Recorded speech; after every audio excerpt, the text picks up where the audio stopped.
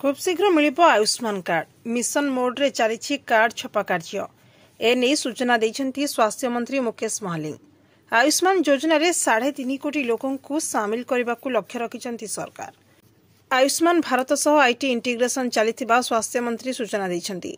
तेबे 67 लाख परिवार को राज्य तर निजस्व पांठिरु और 33 लाख परिवार रो बीमा टंका केंद्र सरकार बहन करिवे। देशर 30,000 हॉस्पिटल रे चिकित्सा सुविधा पाई परिबे हिताधिकारी। राज्यवासी को खूब शीघ्र मिलिबो आयुष्मान कार्ड एने सूचना देइथिले स्वास्थ्य मंत्री।